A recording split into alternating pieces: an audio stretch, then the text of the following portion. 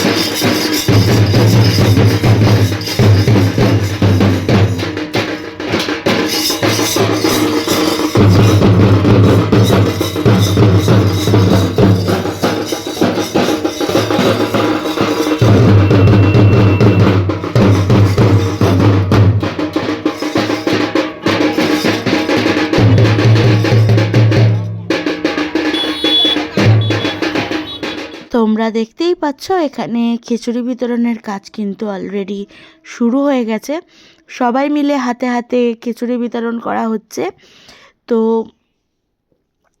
এটা কিন্তু এই বছর আমাদের প্রথম উদ্যোক্তা। এবারের পুজো কিন্তু প্রায় অনেক কিছুই আমাদের নতুন করে হয়েছে। যেরকম আমাদের পুজো প্যান্ডেলে বাজছে চচ্চড়া। এই চচ্চড়াটার সাথে একটু তোমাদের পরিচয় করাই। চচ্চড়িটা হচ্ছে আমার ভাইয়ের, মানে আমার ভাই এটা কিনেছে বাজাবে বলে।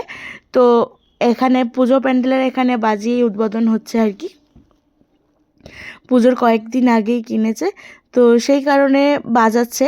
আর তার সাথে হচ্ছে খিচুড়ি বিতরণ, তার সাথে এবারে আমাদের প্যান্ডেলটাও অনেক বড় হয়েছে। আমাদের মায়ের ইচ্ছাতেই এবারে আমরা অনেক কিছু করতে পেরেছি।